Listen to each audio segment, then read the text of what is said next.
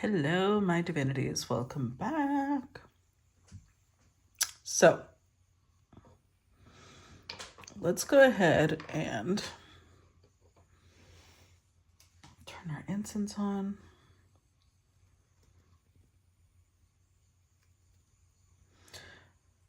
Let's see.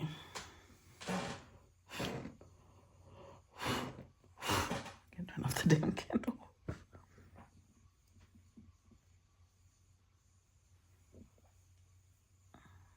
All right. So, now that we've got that done, oh, wait, hold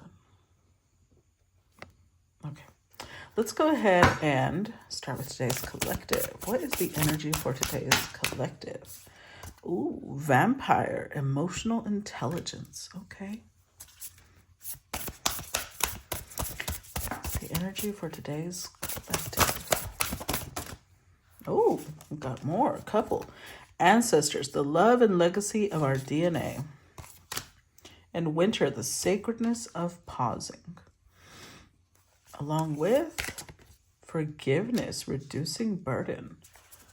Okay. So let's start with forgiveness, reducing burden.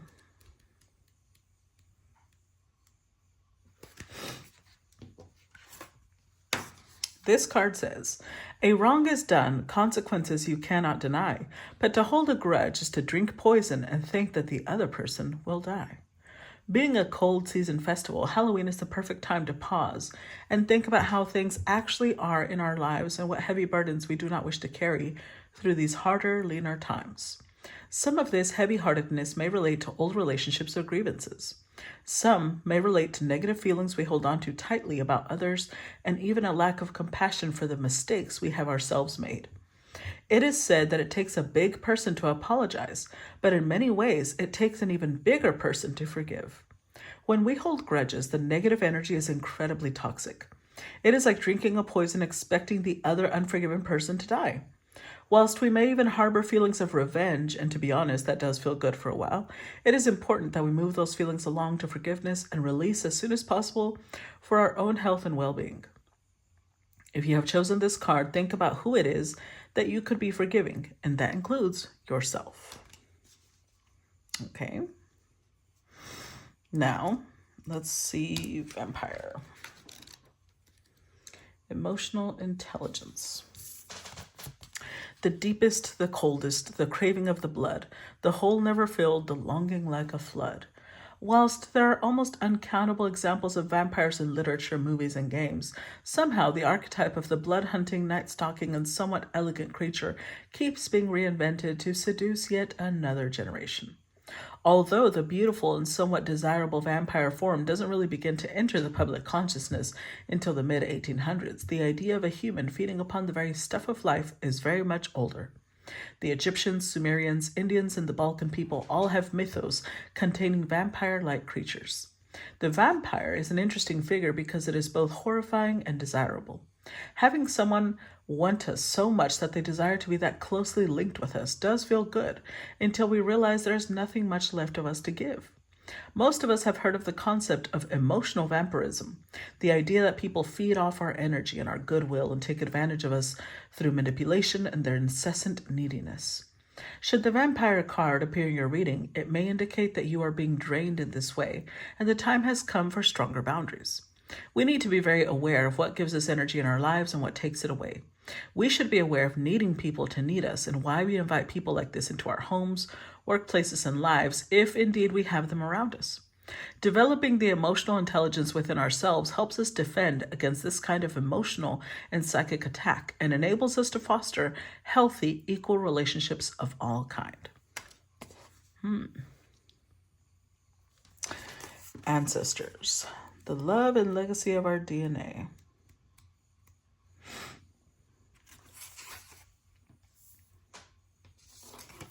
This card says, I walk in their footsteps, their wisdom inside me remains. I am unique, yet carry a legacy, their blood runs in my veins. Whether or not we know our ancestors, we are the product of those who have lived before us, DNA-wise. Externally, We may have the body type of our father, our mother's eyes, our grandmother's nose, our great-grandfather's skin tone. On the inside, it gets even more interesting. We know now that we can inherit the way our body works, blood types, genetic disorders, even propensities for aspects of brain function like introversion, musicality, and mathematics. Many pagan paths associated with Halloween believe that we are born perfectly imperfect to be exactly what we are meant to be. What does this mean? It means that the gifts our ancestors have left us, and the unique energy of the combination of the physical, mental, and physical that is created within us sets us up perfectly to achieve our ultimate purpose. Should the ancestor card bring itself to your attention, know that you are ready and able to take action.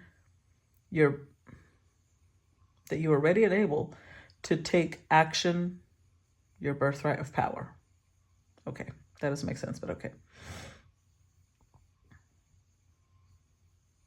You have the support of those who came before you. There may be challenges or struggles, but you have everything you need to overcome them. You will prevail.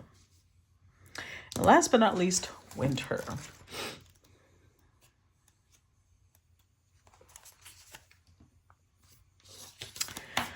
The sacredness of pausing. Lightly I step, for the earth falls asleep. A lullaby to rest and pause, the soul's secret to keep.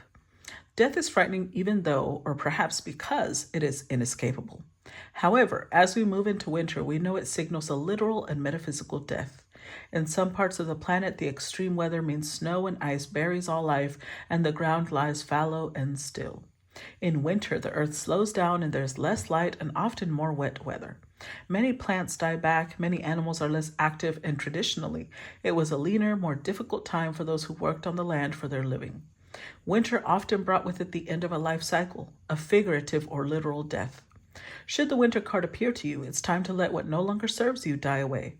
Where it seems natural and right to let things that have been bothering you for some time die back, take real action to change those things. Anything that is superfluous, extra, and burdensome, release it. Okay. All right. So, now that we know what energies we're going to be working with, let's move forward.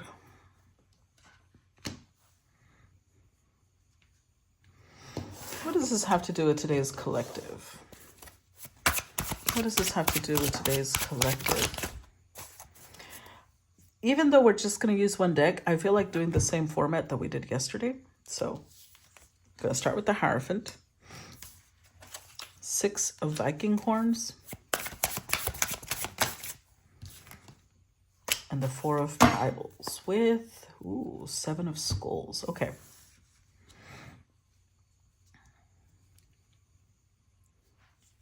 So, let's look at these first.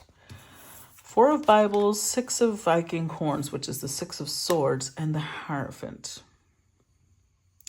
So this could have something to do with somebody deciding to move on from 4 of Bibles. This is the 4 of Wands. 6 of Viking horns, 6 of swords, and the Hierophant obviously is the Hierophant. So this could be somebody who's ready to move on from things that their family may have taught them. This could either be a belief system or a mentality.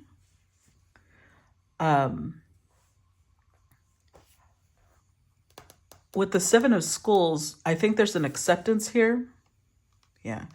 There's an acceptance that maybe the things that we were taught, maybe by a father figure or by a mother figure, were just not, they never really made sense. They were very confusing, but we possibly gave them more power than they should have had. We gave them more,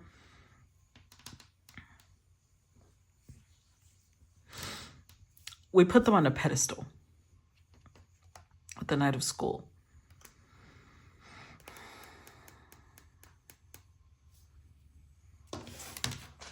Clarify the Hierophant. Let's see.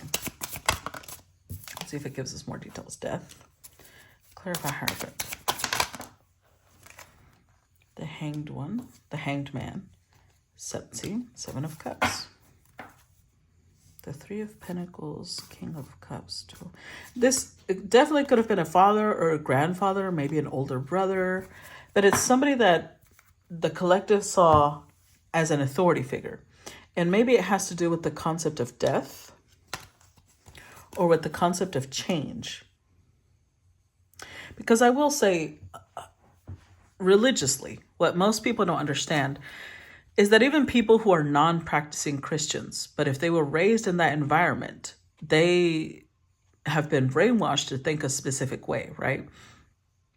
Like if you really start examining biblical scriptures, you'll realize that the Bible actually is very accepting of slavery. It's very accepting of rape. It's very accepting of genocide.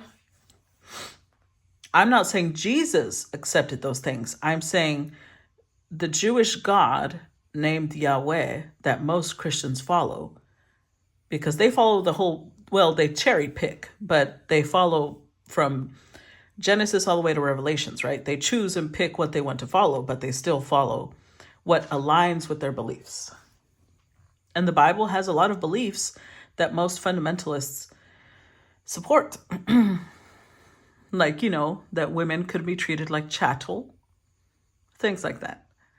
So, the reason I brought that concept up is because the Bible also puts knowledge or intelligence as a devil trait, independence and freedom as a devil trait, curiosity and wanting to understand more as a devil and evil trait.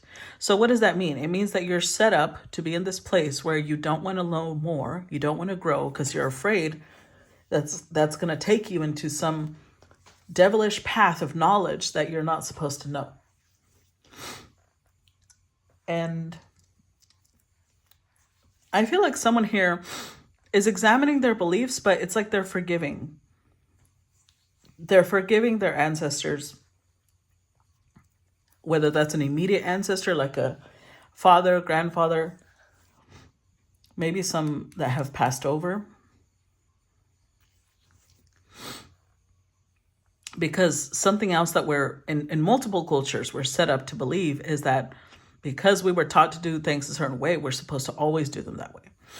And that was keeping somebody here stuck because they were really confused about, well, I don't understand how if this, then this, but why this? Like there was a lot of confusion because they don't make sense. A lot of these beliefs don't make sense. And something that religions will teach you is like, oh, well, you're just not supposed to know that. And don't ask. Stop asking because, knowledge leads to downfall. Which is why most fundamentalists do not support education. They don't support asking questions. That actually terrifies them. So someone here is examining their foundation. What they were taught, possibly about masculinity, because, I also saw this. I loved it. I saw this video and I should have saved it to show you guys. But I saw this video where this woman was saying that if you really examine masculinity, it's almost like men don't know this, but they are brought up, ever since they're little, they're brought up to basically despise femininity, women.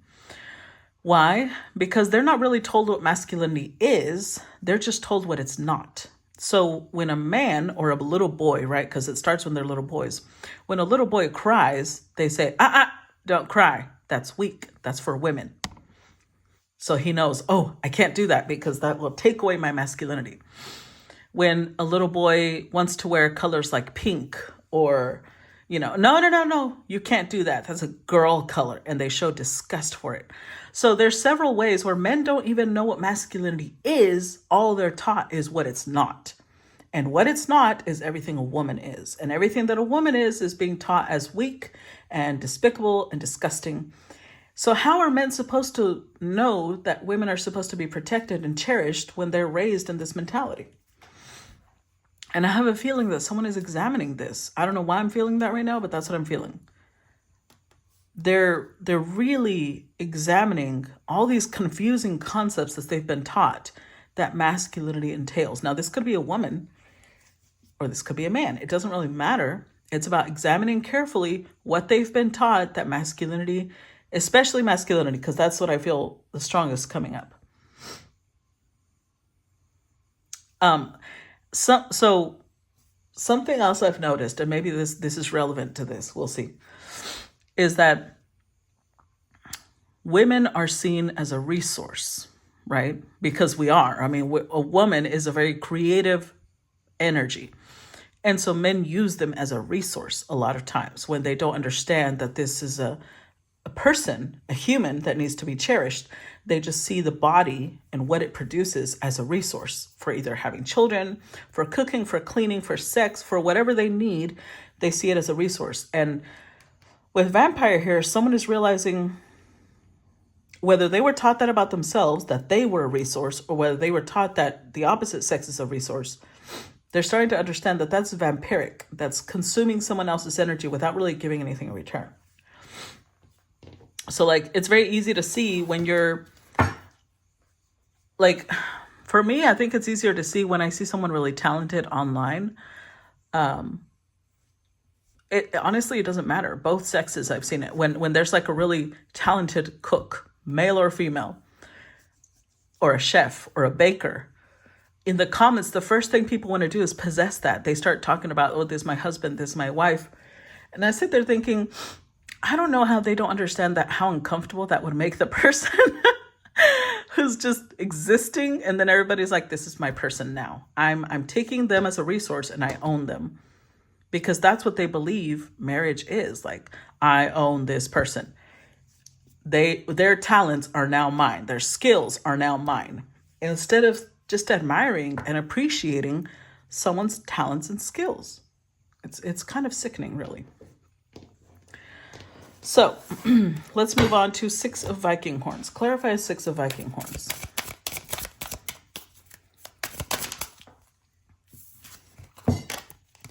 We start with the 2 of wands. Clarify 6 of Viking horns. The Chariot.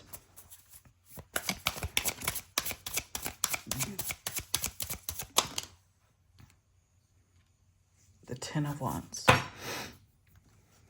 The 9 of wands. 5 of wands. Damn. The World. The Magician. All these wands. Jesus.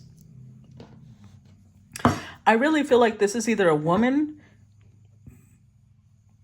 who has been taught to be hyper masculine, or a male who has been taught to be hyper masculine. But this is very much about masculine energy. A person is examining masculine energy.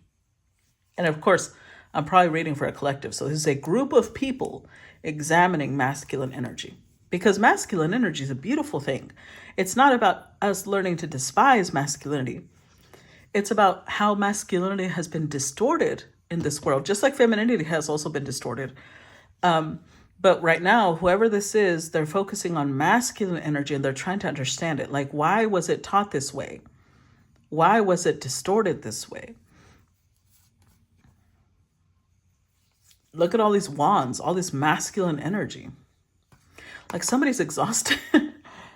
They're exhausted because what they've been taught is to always be at war with everyone else. They've been taught to be at war with the world. They've been taught that this is how you survive, by fighting for resources and making sure that you always come out on top. This person's tired because they are very driven. Whether male or female, they are very driven. But with the 2 of wands, which is Aries, Mars energy, right? It's like they always have to be on dial 10 to be able to come out on top. They always have to be the biggest, the strongest, the toughest, because they can't, otherwise they feel like they're going to die. And they're burdened. They're really tired. They're like, why do I have to be the only one fighting? Why do I have to always come out on top? What does it take from me to just take a fucking rest once in a while? Nothing. It really doesn't. But for them to be able to do that and be at peace, they need to examine, which is why we're clarifying the 6 of swords or the 6 of Viking horns. They need to understand where that mentality comes from. Oh, you know what? Let's read. I wasn't going to read these, but let's see what I'm being drawn to do it now. The one we have under here is the Hierophant, right? So let's read that one first. So the Hierophant represents beware the false prophet, keywords education, knowledge, religion, conformity. The Hierophant signifies conformity to established societal norms, traditions, and religious beliefs. It represents the importance of following rules and the value of established structures. The Hierophant's arrival suggests you are following convention and staying within the bounds of a tried and tested model. You are not yet willing to go out on a limb or offer any new or innovative ideas. Instead, you adhere to the key principles and rules that you know will lead to a successful result. So this could be, by the way, the Hierophant could also represent marriage. So maybe this is someone examining why they're married to a specific person, or why they're letting their family control their relationship or who they choose, whatever it is, or maybe, how they're letting their family or their religion control what they educate themselves on, what type of knowledge they're allowed to pursue. All of that is wrapped up in this lesson, but it really has to do with masculinity. Maybe how they're supposed to be the leader when they don't know where are we going? Where am I leading someone to? I don't even know what the fuck my purpose is. So it's exhausting. Patriarchy really is detrimental to men as much as it is to women. That they just don't see that. So let's read the Six of Viking Horns. The Six of Viking Horns represents balanced horns of victory. Upright. It shows that you are in a state of transition, leaving behind what was familiar and moving towards the unknown.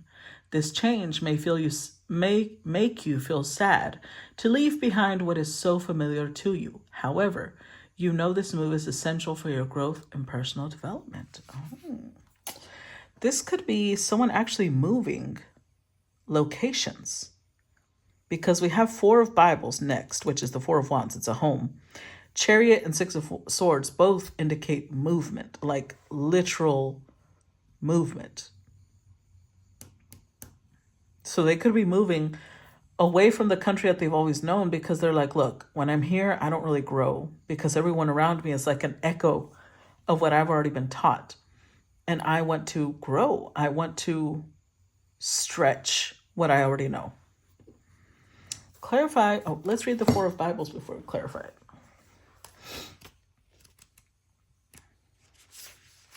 So the Four of Bibles represents blessing of abundance, peace of mind, keyword celebration, security, and peace. The Four of Bibles is a card of joyful celebration, blissful happiness, and appreciation for the good things in life.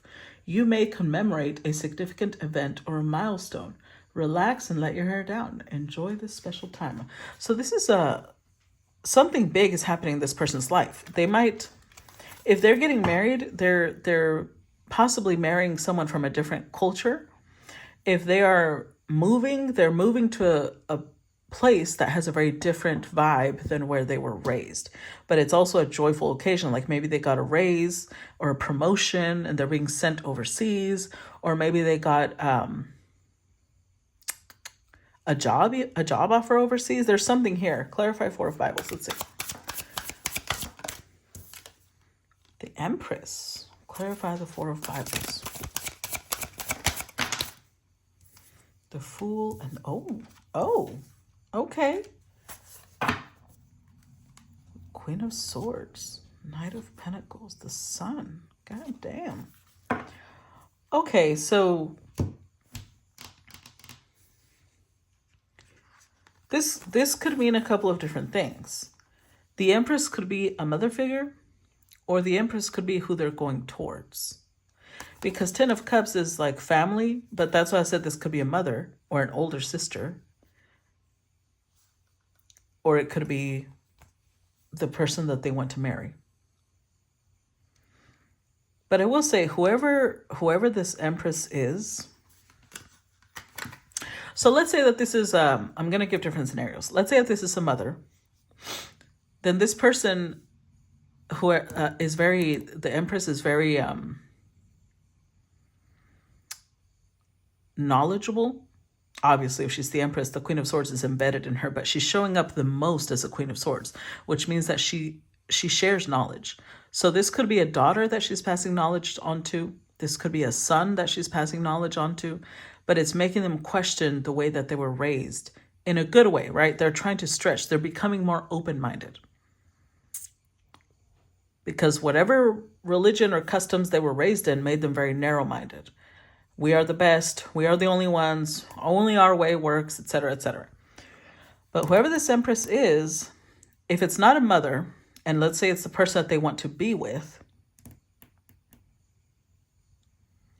something about the way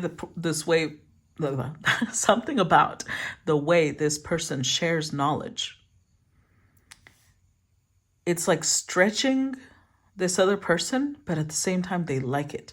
They're realizing that they're right, because they're like, I mean, I am exhausted and I thought that this was the only way, but now I'm starting to feel like it's not the only way. This mentality of there's more outside of this gives me hope. It makes me feel better, actually, to know that I don't have to be the only one making decisions. I don't have to be the only one thinking. I don't have to be the only one contributing. I don't have to be the one in control all the time. It's a gradual change, I will say. With the Knight of Pentacles, it's not happening fast, because someone here is very, but I love that the Sun is here, because it's a major arcana, whereas the Knight of Pentacles is not. So even if it's slow, the illumination has already happened. It's just like, picture it like this person feels like they're on thin ice, right? And so they're like putting out a foot and testing, make sure that it's firm, solid ground. And then they put forward the next foot. It's like they're moving forward. It's just slow because they're afraid of like falling through and, self-destructing. So they are taking a leap of faith, though, towards this Empress. So if this is like a mother that lives in a different country, they're going towards her. And if this is not a mother and this is a person that they want to be with romantically, I think it's someone from a very different culture than what they were raised in. Let's see. Next row. 3 of Bibles.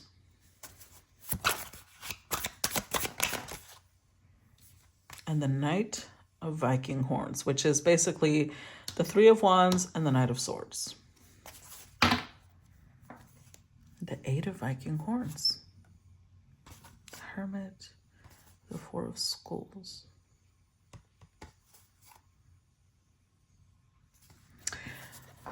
So, something about this Empress, once upon a time, they were also in this place of not really having the answers.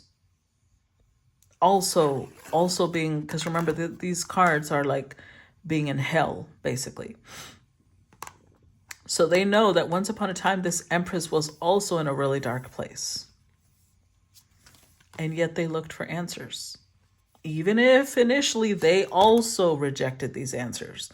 They were also like, oh, I don't know about all that. That's too much for me. Eventually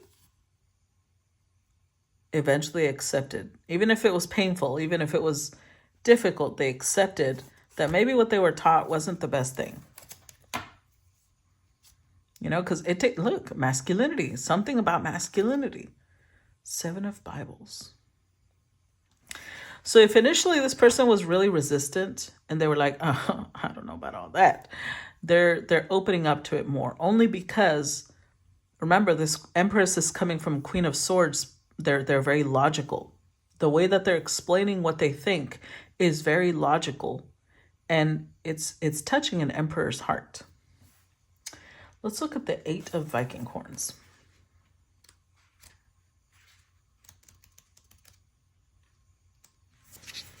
So the 8 of Viking Horns represents constraint, restricted.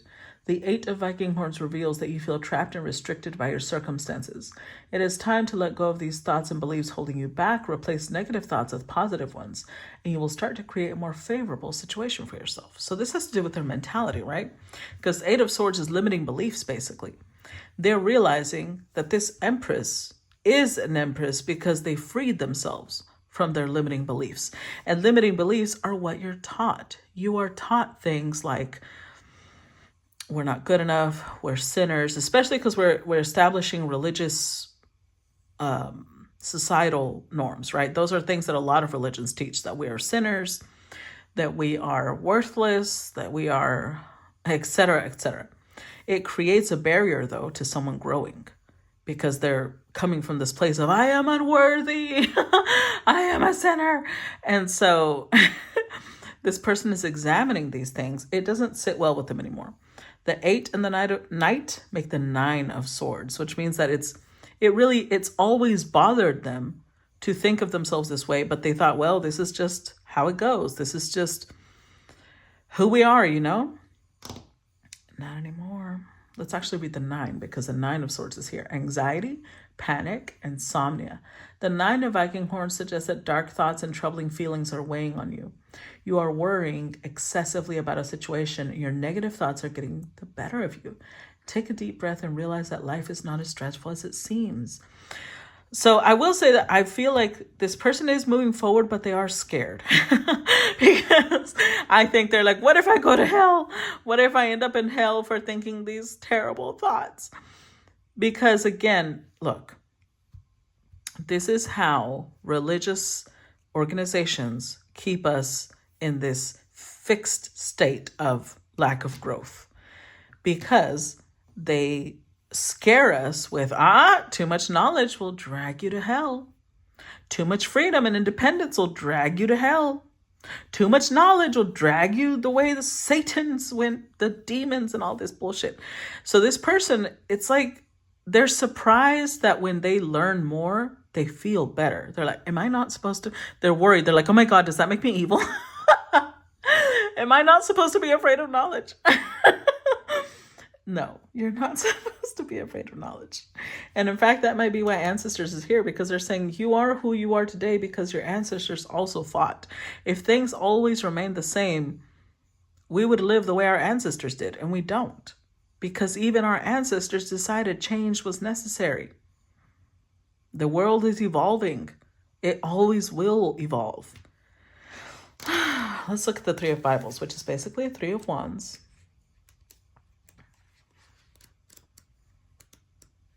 Okay, so this one says, study hard, the success you'll find. It represents project launch, productivity. The 3 of Bible represents foresight and taking the necessary steps to achieve goals. It symbolizes the initial stages of a project or venture where planning and preparation are necessary for success. This card encourages you to take calculated risks and have faith in your abilities. So whatever it is that this person has always wanted to do, they held themselves back because they thought, I can't do that. That's just wrong. It wouldn't be right for me to do that. Whatever it means, whether it's like live their own life, study whatever they want, whatever it is, they held themselves back for a long time because they were like, no, I'm not supposed to do that. And yet now it's like they are not at peace unless they fulfill their destiny, their purpose. And so they're putting the pieces together so that they can accomplish this, taking action. Let's look at the Knight of Viking horns. And Knight of Viking horns is fast, so they're taking fast action. This is passion, unstoppable. See, this card suggests that you are highly driven, ambitious, and action-oriented. The challenges, difficulties, and obstacles on the path ahead do not faze you because you know where you want to go. Move forward with sheer strength and determination to make things happen. So where before they were scared that maybe they were evil because they were feeling good with the growth that they were investing in, what they were seeing, now they can't sleep unless they carry this out. Unless they do what they want to do, they cannot be at peace. Good for them. Let's clarify. Oh, you know what? I just realized we're past the 30-minute mark. I'm going to stop part 1 here. Please make sure to comment how this resonated with you, or in the comments you can drop the emojis that are in the title. That shows that you support my time and my energy, and I appreciate you for that. And if you want to watch the full thing, then I will see you on Patreon for part 2. Bye-bye.